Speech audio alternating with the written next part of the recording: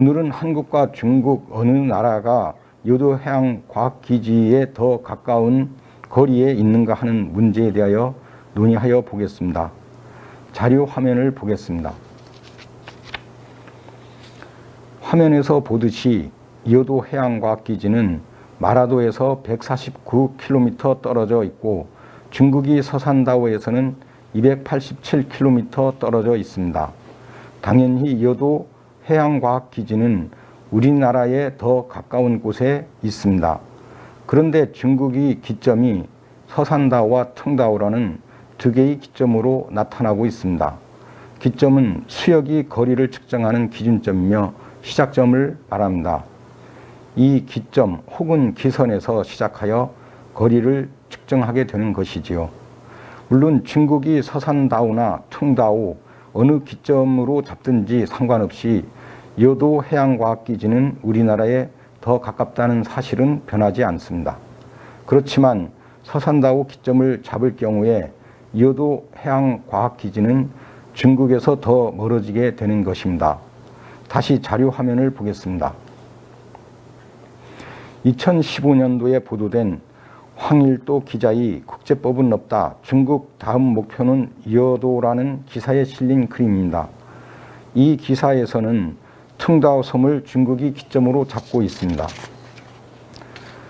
강효백 경희대학교 법무대학원 교수의 제2의 이요도 파랑초 해양과학기지를 건설하자라는 칼럼에 실린 그림에서도 중국이 기점을 퉁다오 섬으로 잡고 있습니다. 자료 화면을 보겠습니다. 왜 그런 것일까요? 먼저 유엔 해양법 협약에 대하여 알아보겠습니다. 유엔 가입국들이 협의를 통하여 해양과 관련한 전반적인 갈등 정점에 대한 규칙을 정합니다. 영해, 접속수역, 배타적 경제수역 등의 권리와 의무 등이 망라된 바다의 대헌장이라는 유엔 해양법 협약이 제정되어 반려됩니다. 이 협약이 반려된 것은 1994년 11월 16일부터입니다. 이에 따라서 우리나라는 1996년 배타적 경제수역법을 제정하여 기선으로부터 200해리 영해를 제외한 해역을 배타적 경제수역으로 선포하였습니다. 중국도 1996년에 49개의 기점을 이은 직선기선을 공포하였습니다. 이들 49개의 기점 중에서 11번째 기점이 서산다오이고 12번째 기점이 하이지아오라고 부르기도 하고 퉁다오라고 부릅니다. 서산다오는 북위 31도 25분 3초, 동경 122도 14분 6초에 있고 하이지아오는 북위 30도 44분 6초, 동경 123도 9분 24초에 위치하고 있죠. 중국이 선포한 기점을 중심으로 본다면 퉁다오 기점으로 이요도와의 거리를 계산하는 것이 맞습니다. 그러면 서산다오에서 기점을 잡아야 한다는 주장은 왜 나오는 것일까요? 그것은 중국이 보통 기선으로 기점을 잡아야 한다는 관점에서 나온 것입니다. 중국이 해안선이 완만하므로 직선 기선을 선포하는 것이 적절하지 않다는 학문적 입장인 것입니다. 대체로 언론에서 퉁다오를 중심으로 이요도와의 거리를 계산하는 것은 공식적인 외교관계에서 본 입장이지요. 학문적인 입장에서는 서산다오를 기점으로 잡아야 한다는 주장이 가능한 것입니다. 이번 강의에서는 서산다오와 퉁다오 기점의 관계에 대해 알아보았습니다. 감사합니다.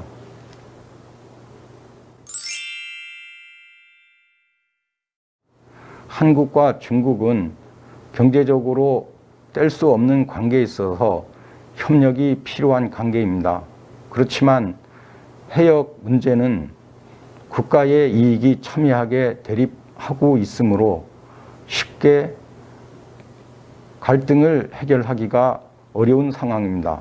악화되지 않게 잘 관리해야 될 필요가 있고 이 해역에 대한 국민적 관심이 있어야 해양 이익을 지킬 수 있습니다.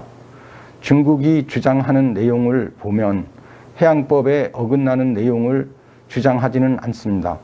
그렇지만 우리 주장이 매우 타당함에도 불구하고 적절한 타협책을 제시하지 않으면서 우리의 주장을 받아들이지 않고 있습니다. 우리나라가 주장하는 중간선 경계획정 방식은 중국의 입장과 우리 입장을 고려해 가장 평화적이고 타당한 해결 방안이라고 생각합니다.